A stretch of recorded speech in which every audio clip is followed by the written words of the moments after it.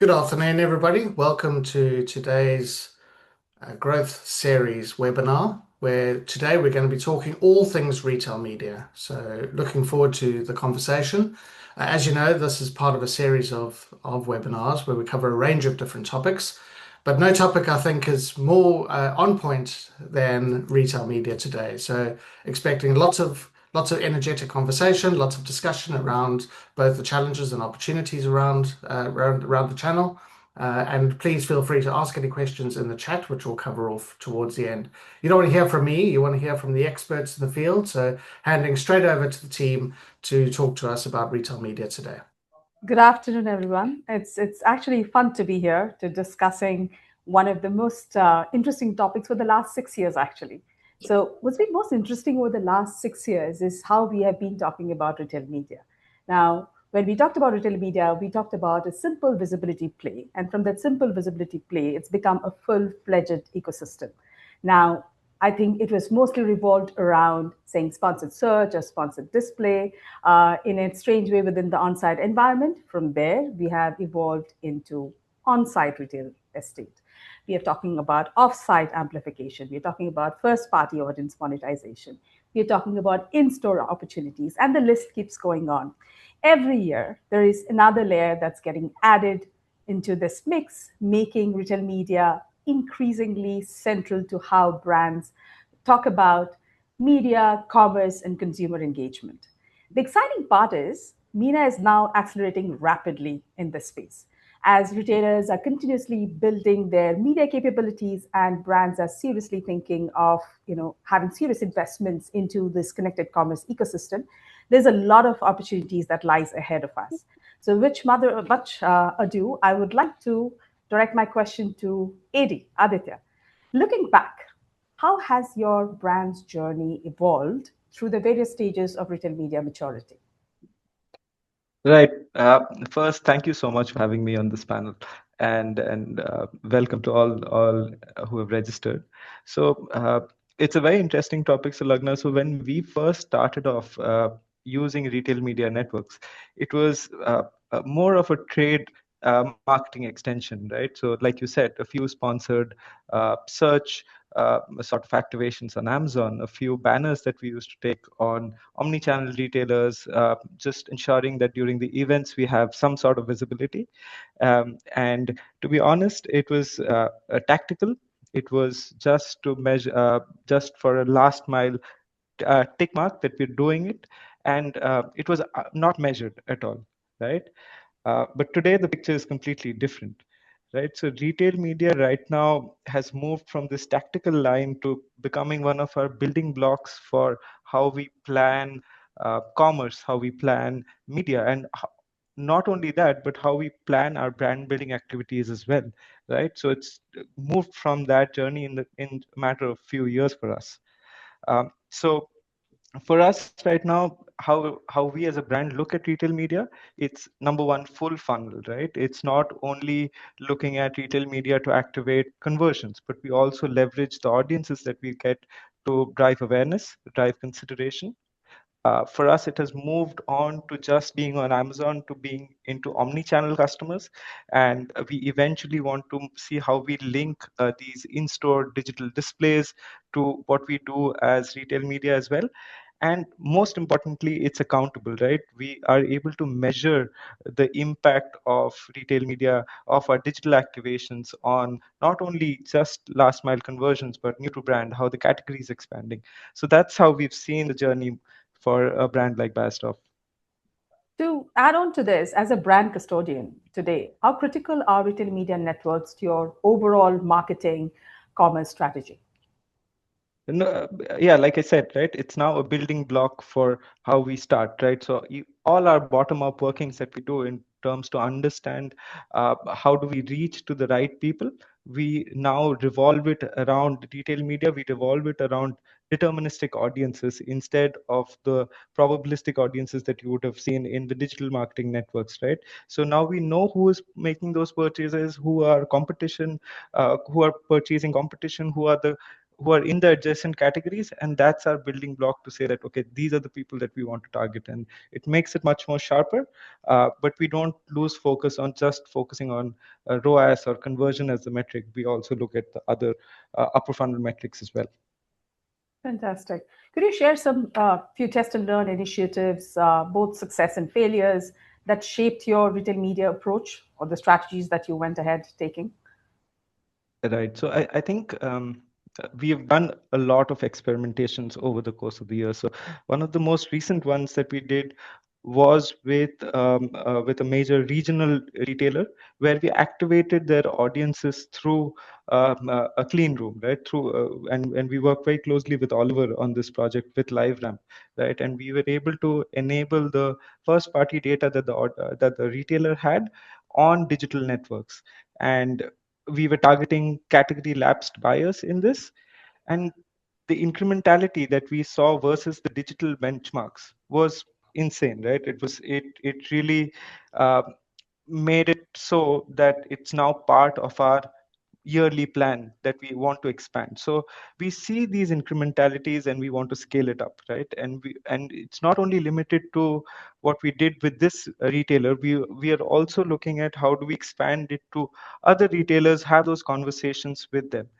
um, what was the biggest challenge that we faced and what biggest learning is how do we structure this internally, right? Who owns this budget? Because you moved from it being a digital marketing team activation because it's more upper funnel, and then you're doing it on a retailer's platform as well. So it's again e-commerce. So how do you integrate who owns it? I think that was the biggest learning for us, and it took a lot of effort, but we got there.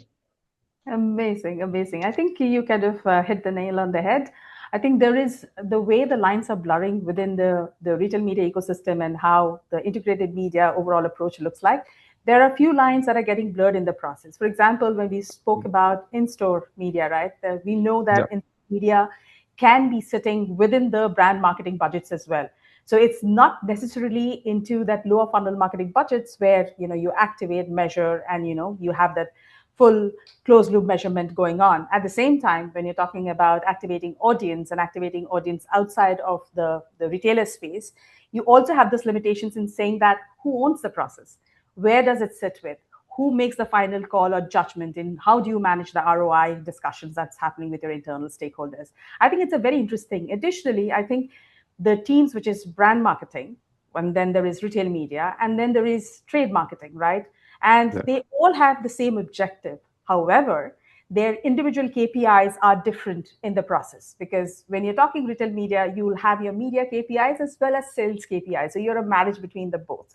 For the upper funnel or the brand marketing, they're looking purely at media KPIs. At the same time, with trade marketing, they're talking hard KPIs, sales, sales, sales, and sales. So while everybody's chasing the same goal, I think the synergy between all these teams will decide how successful a brand is within this retail media ecosystem. absolutely.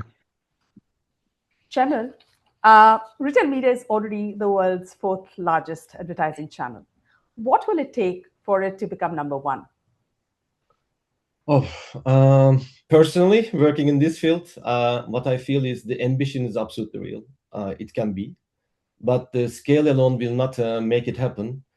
I think what we need is to become a number one channel in this piece. Retail media must evolve from inventory monetization into a fully integrated commerce media ecosystem.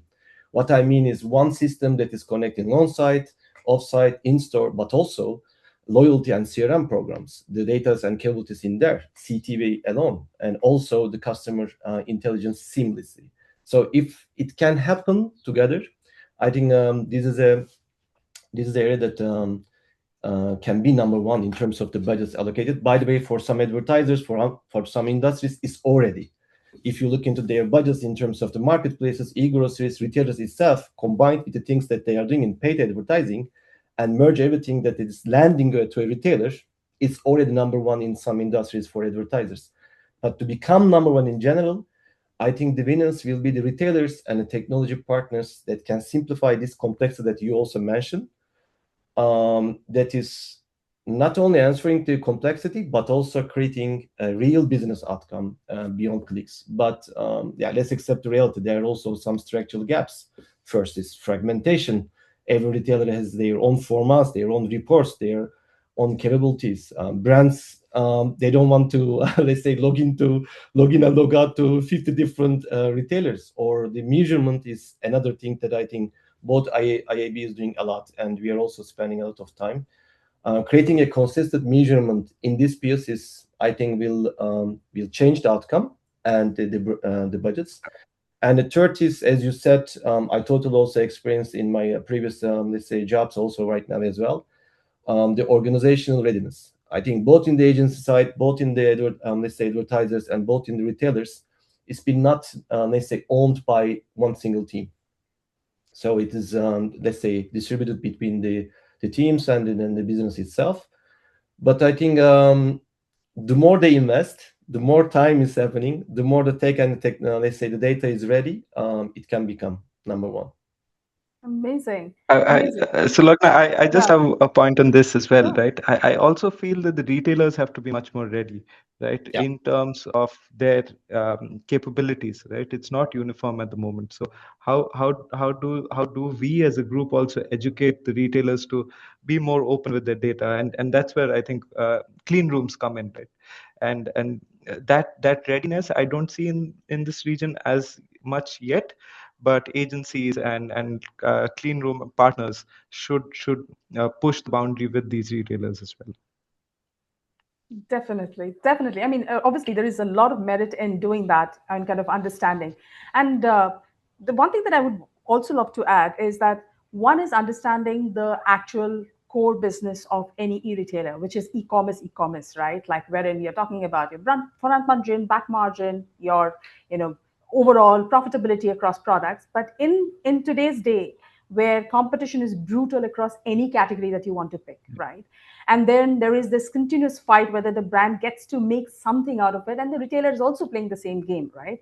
So they do not have an option but to create another P&L which kind of manages this shortfall of profitability happening from the core business.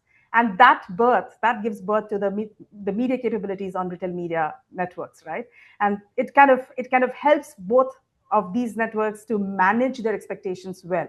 The brand gets to save their margin, the retailer gets to make a little bit of that, plus additionally with the retail media opportunities that the retailer presents.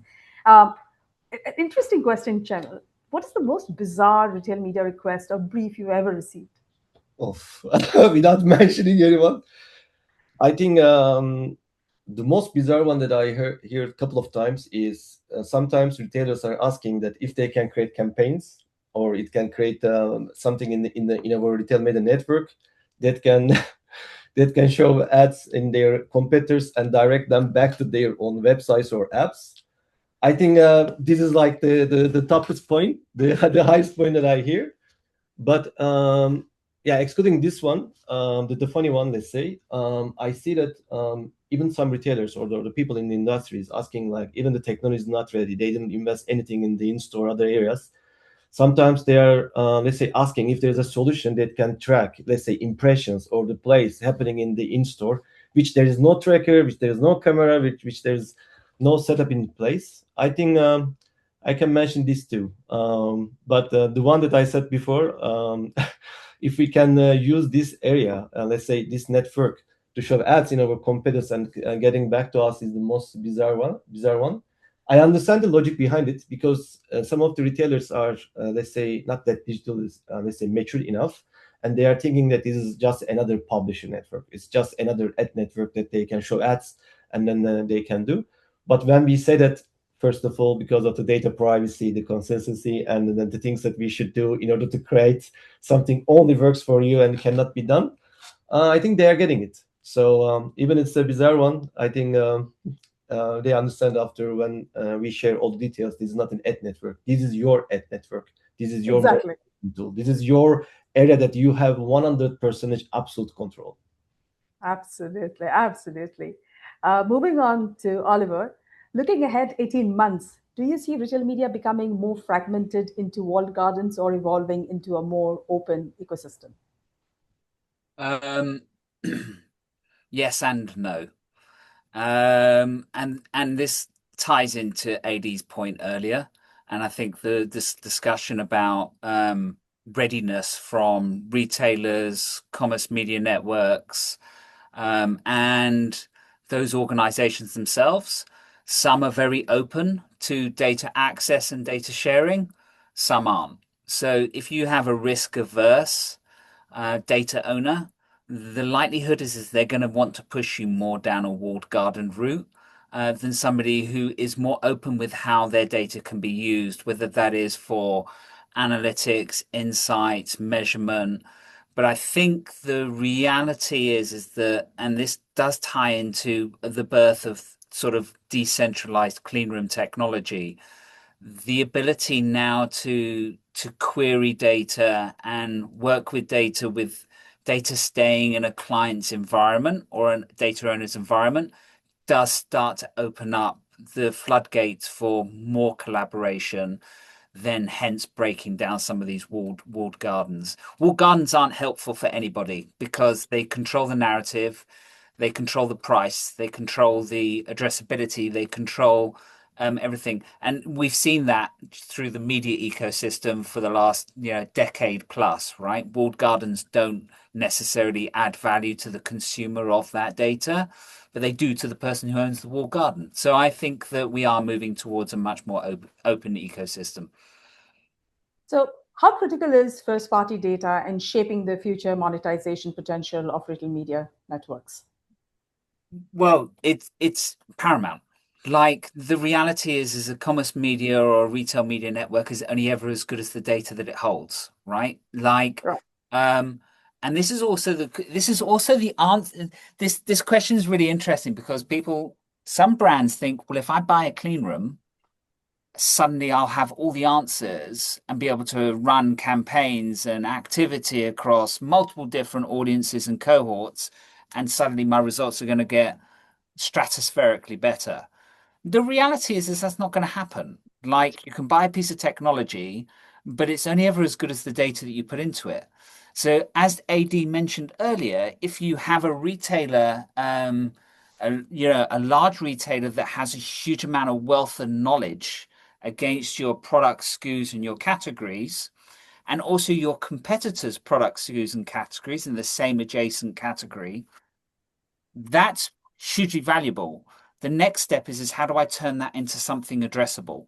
How do I turn that data into an audience where I can, as a brand, leverage that for conquest segments, upsell, win back segments, new acquisition, market share penetration, market dominance, or keeping category and market penetration?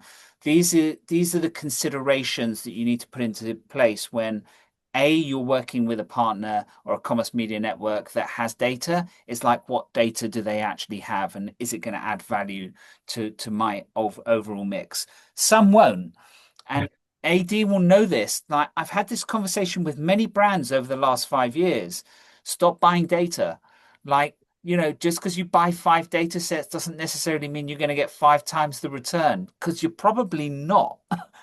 The reality is you probably only need 1 or 2. The rest is just added cost on the top of your activity. That brings me to the next question. Premium CPMs remains a big conversation point. What's the strongest case for the value today? Well, I flipped the question on you. It's like, what do you classify as a premium CPM?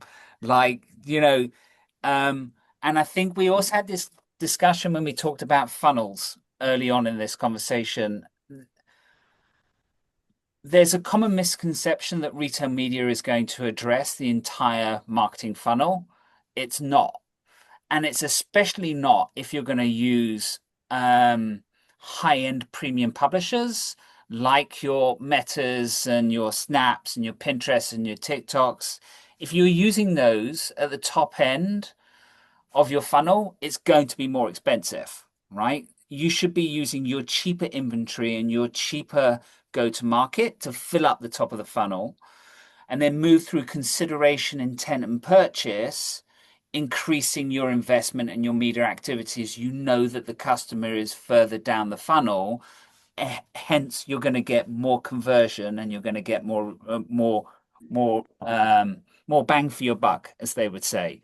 So the premium CPM question is a bit of a ringer. It's not a valid question. It's like more to the point is that what do I consider at this stage of the marketing funnel? Is this a justified premium to convert the customer at this point, or am I paying 10 times what I need to just to get eyeballs on my advertising?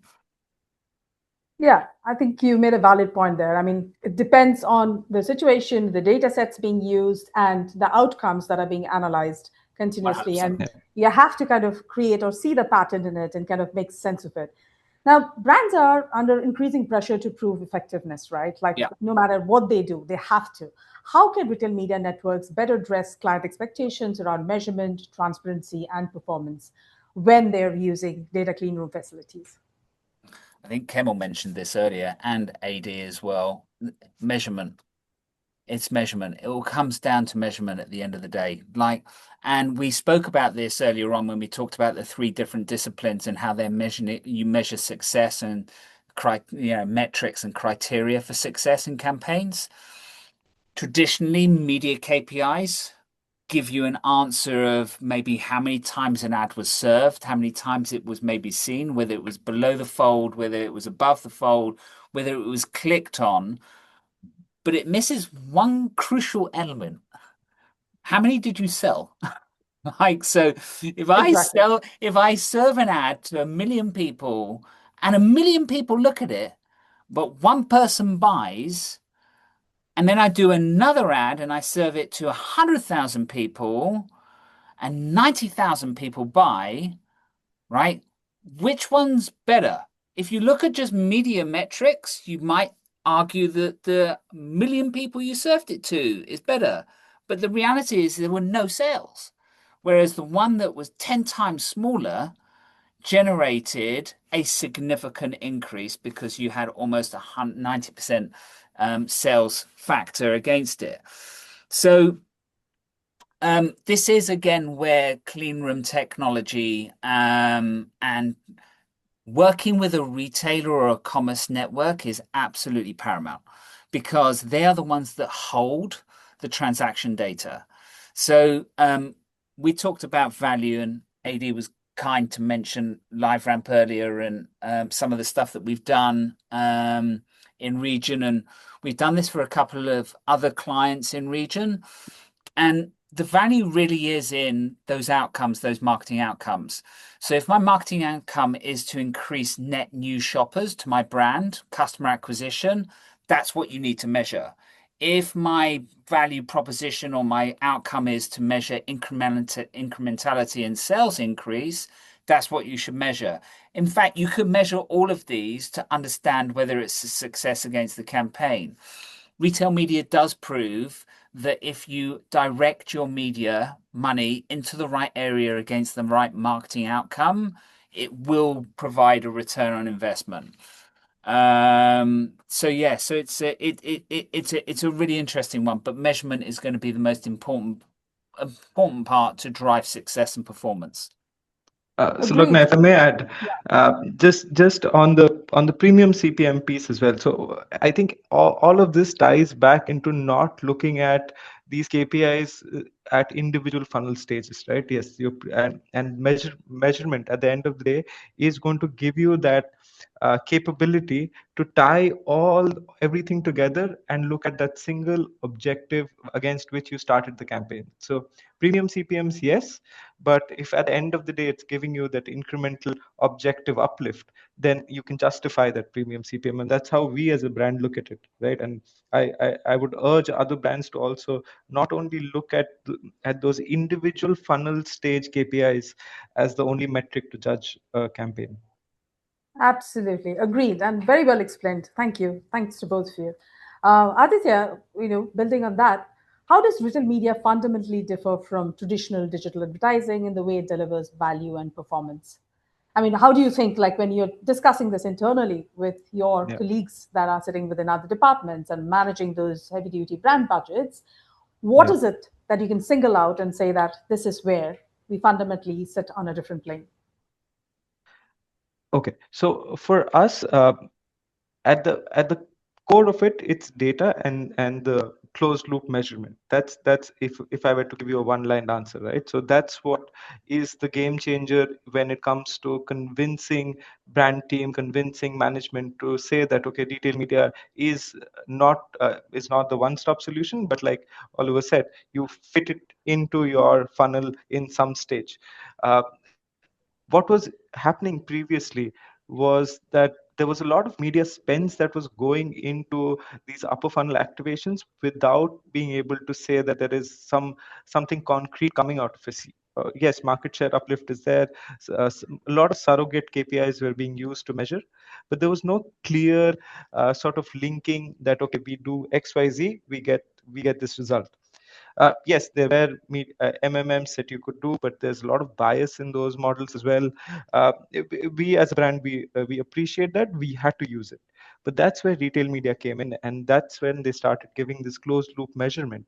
And it allowed us to measure not only which what is that right mix of different sort of let's say investments on social channels, on metas of the world, on Googles of the world, along with how much of the retail media network should also be used. So we were able to not only prove that yes, there is incrementality, but we were also then able to backtrack and say what was the right media mix that we should have to be able to get the optimum results. So that was one. Secondly, it was the audiences, right? At the end of the day, it's the deterministic versus probabilistic conversation that you have, right? And to upper management, right, who are generalists by nature, they're not subject matter experts. The way that we started talking to them was that these are people who might be interested in buying a Nivea product versus these are people who have bought a Nivea product, right? These are the people who have bought a competition product. And we can target these folks versus these are people who may or may not be interested. So it was that intent rich audiences that gave that next push and got the buy-in from the management team, who at the end of the day unlocks that budget for you. And just in terms of being able to move through the funnel very quickly, right? So the funnel has now become very flattish, right? So you see an ad, you click, you get onto the landing page, you're able to purchase something. So we were able to shorten the funnel, and I think that also was a game changer for us to convince people to get into have that buy-in to spend on retail media networks. Yeah, and I just want to add on this because I think this is really important. Like, I think everybody should be aware that, like, not all of their organizations will be at a point already to do this. Like, both brand side, both agency side, both retailer side, you actually have to have buy-in from so many different stakeholders to address that marketing funnel, because as we discussed, so much budget sits with different departments that fill up the top of the funnel, but yet other departments are taking control of different stages of the funnel. So you have to be aligned on what parts you're measuring. There's a couple of questions in the group, in the chat, that specifically talk about how do we measure, or how is retail media going to be measured effectively. It is all about the data. So it all revolves around to a foundational step of where the data is, what the composition of that data is, and how you utilize that for the disciplines of either activation, analytics, measurement, sales funnel planning. So that involves so many different teams coming together, and it creates a convergence of cross-functional team working across trade marketing, across online marketing, across e-commerce. Like, there's a whole piece behind it. And I see the most successful brands and businesses are the ones that are adopting change and the willingness to innovate, and breaking down those barriers and silos. Sorry for jumping in, but I just think that's really important. Absolutely. Yeah. No, absolutely aligned. And I think it's important to understand that there is some, I mean, obviously there is a lot of accountability into anything new that you do, but realistically speaking, and then we obviously plan budgets the year before we head into the next year, we also need to understand that there is only so much room left to do any form of experimentation, right? And these struggles are real. Like, no matter how much worth or value you see in a proposition, the proof of the pudding is in the eating, and therefore, until unless you run with it, you will not be able to, answer and as to what efficiencies or efficacies that were achieved by that experimentation. I'm sure this is also another challenge that you must be facing internally, Aditya, within your internal teams, as in how much room is realistic that you have budgets for new experimentations. So honestly, it's less than we would want, right? But it's more than people think, right? So it's right now somewhere around uh, three-fourths of our budgets will go into high proven sort of assets, right? Which deliver sales. And just given the context in the region right now, you want to be more certain in the choices that you make, right? So if it was say 60% proven choices previously and 40% test and learn, right now it has reduced to somewhere around 70-80%. You will go for those assets that work for you, which drive sales for you right now. But we as a brand, we keep around 15 to 20% of our budget at all costs. We lock it aside for test and learn, right? And I feel the brands who are really doing well in this region in terms of unlocking new capabilities, having those connects with the retailers, right? The more you're able to experiment with the retail, you are a choice brand for them as well. I think we keep aside 15 to 20%. It's not always easy. It's not always easy when you need to protect your bottom line. You need to cut those additional fat, but we as a brand, we have that sort of appetite to ensure that we keep around 15-20%. Fantastic, fantastic. Jamil, another question to you. What challenges arise when you're trying to introduce or scale AdTech conversations with e-retailers? Because obviously the measurement piece is super important. We understand that there is a team that is sitting within the brand organization that's solely driven by the purpose of selling into retailers, and therefore the retailers have their own challenges. But how do you see these challenges being addressed from the retailer side of things? I think many retailers are still caught between these two timelines, let's say. Okay, the one is there is immediate commercial pressure, like generating enough revenue quickly, satisfying brands, satisfying advertisers, proving their short-term results. And on the other side is building a scalable retail media solution. It is not answering today's needs, but also creating a long-term thinking in terms of infrastructure, in terms of data strategy, in terms of organization alignment, technology investment in other areas. And also, let's accept the reality, their business to sell products. So they are not media companies, they are not tech companies. I think the tension comes between or when this retail media is treated purely a monetization layer. I think that's the starting point. And if they think like it is a strategic capability that they build on, and it will be a long-term, let's say, initiative that is investing in all of the areas that I mentioned: data, infrastructure, organization, technology, people. I think the retailers, let's say, or the fastest movers, who is making the progress are the ones that are the ones that weaving retail media as a part of broader digital transformation. Because 16 years ago, I was talking with retailers, brands, convinced them to use search advertising or paid other paid channels. Right now, it's done. We have the foundations. We are talking about experimentation. We have the measurement right now. More people are interested in terms of the analytics and the measurement. More technologies are there. But if we let's say the biggest challenge is creating not only an additional revenue stream, but a way to strengthen customer relationship, supplier collaboration, and overall ecosystem value. That's the challenge. So the ones that is let's say, fixing this issue are the ones that is already successful, and we are always watching or following their posts. Is it easy or difficult to find the right counterparts within this retailer organization that's going to champion this cause? Is it, you typically face resistance? What kinds? I think it is still often very difficult to find the, let's say, the right people or the champions that is, let's say, deciding on the ones. But let's say one example, you may have an e-commerce teams focus on conversion. Yeah, everything is about conversion, the KPIs in that regard.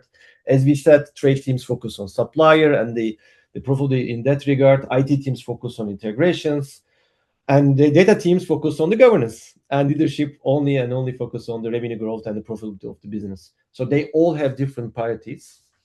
I think the challenge is retail media doesn't only belong to one team. Yeah. So when, let's say, we are talking about digital marketing analytics, some people it's coming to our mind directly. So, but retail media is not ready in terms of in this piece. And but I also experienced that sometimes the strongest champions are, let's say, coming from unexpected places. Yeah. So we are talking about innovation teams.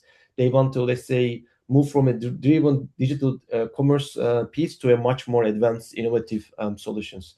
Or sometimes category managers, marketing teams, or even finance stakeholders, let's say, who recognize this profitability and the potential, they're also talking with us. I think what really matters is finding internal champions who is eager to take all the actions, who understand both retail operations, media economics, and the technology in somehow. And the most successful implementations usually happen when we find these executives in the business who are sponsoring this cross-functional ownership. Otherwise, the projects sometimes are risking stalling between departments because data, security, cyber piece, and the media is, let's say, focusing other areas. But we also realize that, or it's also my experience too. Honestly, if we can increase the education and the training of this in the industry, more retailers may understand retail media more conceptually, and scaling will be, let's say, with a different mindset will be very easy. Different workflows and the culture shift will be following afterwards. I agree. I agree. I am sure that this is work in progress. This is not going to change overnight. This is more like, kind of having that education sessions, sitting with them, kind Yeah. of upskilling the entire team, making them understand what value is hidden in there or what value they can deliver with their customer relationship that they have with the brands, and then moving on from there. So it's a fantastic place, and I'm sure you're having an amazing experience working in this part of the world across retailers, because they do need a lot of handholding in certain parts. Yeah. And may I add one more thing? So for most of the companies working in the ed tech, they always create, let's say, academies or the trainings documents. Right now, what we are also trying to do is helping them in terms of the marketing, helping them to, let's say, in terms of sales enablement or technology enablement too. Even even it is not in our remedy 100%. I think helping them on that regard and upscaling them in this, let's say, piece is changing the outcome. Amazing. Amazing. Okay, shall I do the Kirsty back to you and ask a question to you, Sulagna, if it is Sure, possible? sure. Go ahead. Okay, because you're also working the agent side and you know the business a lot. Yeah, I would like to hear what would your ideal retail media network look like? Because we're also creating one. I'm really curious. And what is the single most important value that this, let's say, network should provide to brands? I think there's a lot of these points actually got discussed across all the conversations that we've had so far. And I think I'm going to start with going with true closed loop measurement. What a brand technically needs is understanding if that campaign they ran made a sales uplift or a definitive ROI. They want deterministic attribution. They do not want anything which is modeled, which is probabilistic. Because even if you look at the advertisers surveyed globally, 54% agree that this is their number one priority, true closed loop measurement, which unfortunately is still limited in this region. Only certain retailers can give, most of them can't, and they are important partners to the brands. So that's definitely a place that one needs to be working towards. Then coming to Oliver's point, rich actionable data, first party data. Now, this data needs to be made accessible. Like, don't keep it in a black box. Don't make a brand feel lost in the process or in the journey. You want to tell the brands that, look at my loyalty programs. Look at how my audience is searching for the brands within the category. Look at their basket history. All these data points needs to be accumulated, consolidated, crunched to make sense, and then used to potentially give a brand its due success on the platform. Third would be, again, like rightly said by Aditya and Oliver both, it should give you a full funnel capability, right? It's not about I am only lower funnel. That story is long lost, right? Mhm. So end of the day, everybody stands to gain out of this retail media engagement, right? It has to give you that omni-channel reach. It cannot, and most of them have over-indexed themselves on sponsored search as display on site, and we keep talking and revisiting the same things, which I agree it's important, but it's not be all and end all. So therefore, the entire thing has to be consolidated, which means all the offering, or it's a basket or a bouquet of offering needs to come in place, and all stages of the funnel needs to be addressed simultaneously. So we're talking on-site, off-site, in-store, audience monetization, and we are talking streaming or CDV, if that is also part of the offering, putting everything together and managing the entire funnel stages. The fourth thing, and one of the most pressing issues in this region, I think, is standardization and transparency. It is important for brands and as agencies working as an extension of the brand's team to have granular level understanding of performance, because then what we need to do is we need to be able to trust the data that's being shared by retailers and compare it apples to apples. You do not want to make judgment calls. You do not want to run creative mathematics understanding a data that is being shared by the retailers in the region. And I think to help them navigate that, they have to go by the IOB retail media measurement guidelines to standardize the entire KPIs thing. Last but not the least, and I think the most valuable, is incrementality. RMN should be able to walk into the room and tell me that you got this sale because you ran that campaign. If you did not run that campaign, the sale wouldn't have happened. It should be as brutal as this. That's when we think is like all the data is stitched to the T. They're making sense of everything that you're doing, and everything that's happening on the platform is captured and insights brought in and fed into brands for them to succeed on the platforms. I think that's what my true definition of a ideal retail media network. Perfect. Points taken. Thank you. Oliver, historically, CPG brands haven't had direct access to any rich first-party data. How has the real media networks changed the dynamics? I know that the limitations or the adoption is pretty limited in the region. And I know that there is this long bureaucratic discussions that happen, and it's been happening for the longest. How are you navigating these relationships?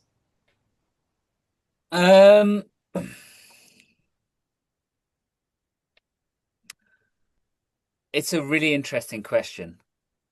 And there's a couple of questions that you have in the group. There was one last one that was actually it was for you, Kemal, but it was somebody asking about whether there was a constraint on platforms' technical capabilities or the unwillingness to commoditize first-party data and measurement and so forth. And I want to address that, not for necessarily forgo it, but I just want to address that as an overarching response. LiveRamp's been in the region for just over 3 years. We spent a year embedding ourselves in the Middle East region to understand what capabilities were able to be delivered, B, that people were willing to work with, C, that retailers like obviously Math was our launch partner in region with Carrefour and their business units across it. CPGs do have access to first-party data from multiple retailers because Math is not our only client in region. It is more to the point of the same question and the same piece that we discussed earlier. It's what do they do with the first-party data, not whether they can get access to it, and does it fit within the current marketing mix. And you made a really interesting point earlier that I didn't want to jump in on. But if you're planning 2027 budgets now and you're putting those media plans in place, what room does that leave for the commerce retail media network that suddenly comes out and says, I have a better route to your consumers. If you're already planning that. And there's nothing necessarily wrong with that, but that is systemic of potentially an old process that needs updating. Like it needs to move, it needs to change, right? Potentially we don't buy a year's worth of media planning with a specific network or platform or publisher based on what last year did. We tend to maybe approach it in a more fluid way. I think that the brands that are winning, like Beiersdorf, Arla, and a few others in region, they're winning because they are actually innovating and they are shifting budgets. They are questioning whether that plan that was set out 6 months ago is right for now. Does it fit the new product launch that we suddenly have to get out to market? Does it fit our addressing need to gain market share? So it wasn't really answering your question, and I'm sorry because I wanted to just address some of those bits. But the reality is the data's there now, and I think that this is an education piece as much as it is, and this was to Kemal's point earlier, it's an education piece to both the user and the end user and the supplier of where value sits in all of the chain, because everybody needs to see value. The data owner needs to see value. The brand who's using it needs to see value. The agency that's planning the media needs to see value. Everybody needs to see the value of implementing this and where that moves for a client. Would you be able to give some examples of the activations that you guys ran, some takeaways from this partnership, this collaboration that the audience could gain insights for? Yeah, happily. I probably let AD talk specifically more about Beiersdorf, but that was quite a large campaign. It's a public case study with where it showed 102% increase in incrementality, 50% increase in net new shoppers, and a whole host of other sort of key drivers. And to the point of the message earlier on, this is all driven by deterministic transaction data from a retailer, right? So it's saying that this person saw an ad and then went on to buy the product either online or in store. So you're actually validating the efficacy of your media. The channels we used were open web as well as social media, so Google, Meta, TikTok. The same goes for the public case study for Arla. Like the return on investment for those brands that are employing data, and I mean I always hate the term precision media, but like it is precision. It's employing data as a precision tool, not as a catch-all tool. And I'll let AD probably jump in a little bit more.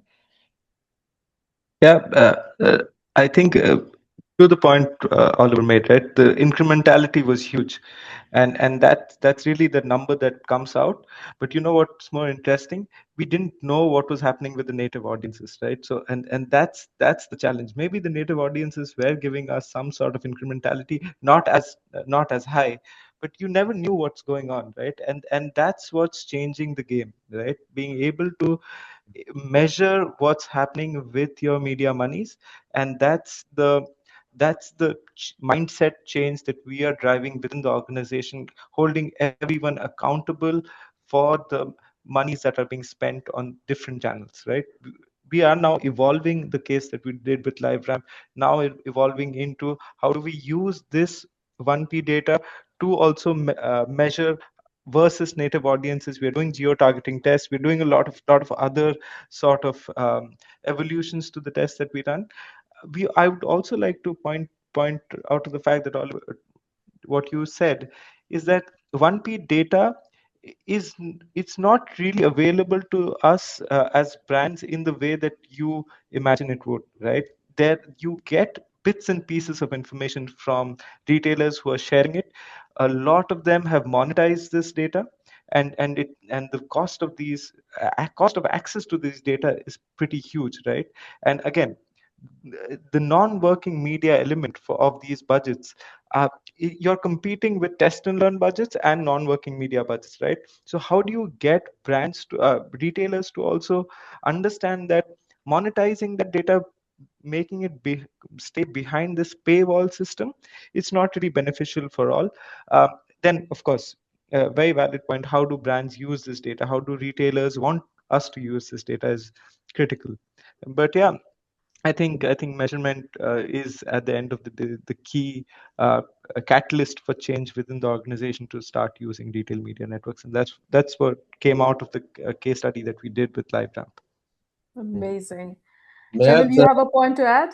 yeah, I would like that 2 points. I think that it was also mentioned in the chat. I think we focus a lot in terms of the marketing effectiveness or the in general incremental revenue piece, but we miss an important piece, important component of the result, which is creative. I totally agree about the comment. I think more and more retailers are also focusing in terms of creative effectiveness, dynamic creative optimization, or special creative tools like let's say Meatbops or creative IQs of the industry that is checking the scoring, the optimization capabilities, and the test and learns. I think we focus more in terms of the budget, the channel, and then the data and measurement piece. But this is also happening a lot, and I see more and more advanced questions or requests coming from advertisers. Also, so the initiatives are also coming to the business. So this is number one.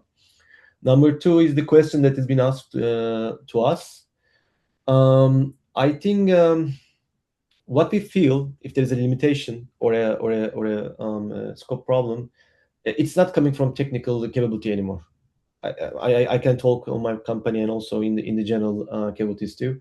I think the technology is evolving very quickly, so more and more let's say requests and challenges are answered in that regard with the agentic commerce, and also the other AI-driven pieces will also increase it a lot. But the bigger challenges is still strategic and organizational. So retailers see their first party data is one of the most valuable, let's say, competitive assets. I totally agree. And this is, and they are naturally cautious how they're going to share, how they're going to standardize it, how we're going to create the audiences and create external measurement frameworks. But at the same time, advertisers, agencies, and also other solution tech providers like LiveRamp is asking more from us, the connectors or the enablers, to make it happen. So what we are trying to do is we are trying to create this balance and use industry, let's say, metrics, industry acknowledged, let's say, frameworks, and if there is any, maybe an independent measurement that can create, let's say, weakening the retailer ownership at the same time answering the needs coming from the agency and advertisers. I think if the industry can establish this natural trusted measurement standards as much as possible, I think everyone will benefit a lot in terms of retailer, agency, and the advertisers as well. And it will be very let's say accelerating the adoption of retail media capabilities, technology, and the budgets too. Thank you. Thank you. I think it's a very, very valid point that you've established there. I know we are short on time, so a quick one for Aditya and the last one. We're seeing that real media is blurring the lines. Like this is something that we spoke early on in the conversations across trade, shopper, digital marketing.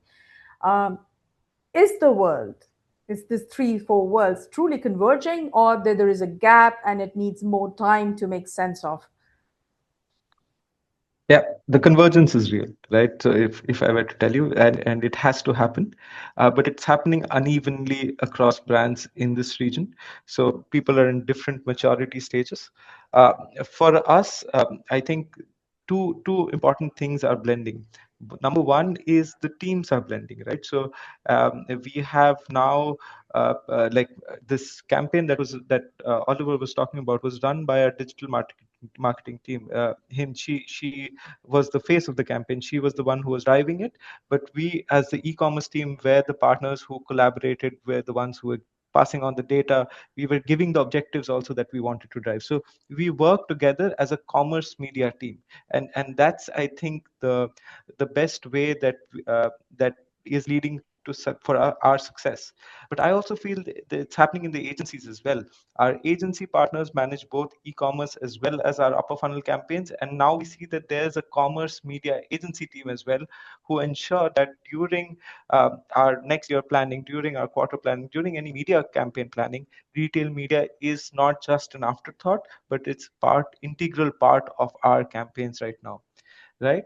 And once the teams blend, I've also seen our budgets are also blending, right? This test and learn pool that we have, it was first sitting in silos, but then of course we know that if we want to do something meaningful, these budgets have to blend together to create a larger pool so that we have some meaningful results coming out of it. And thank you, Oliver, for pushing us to do that.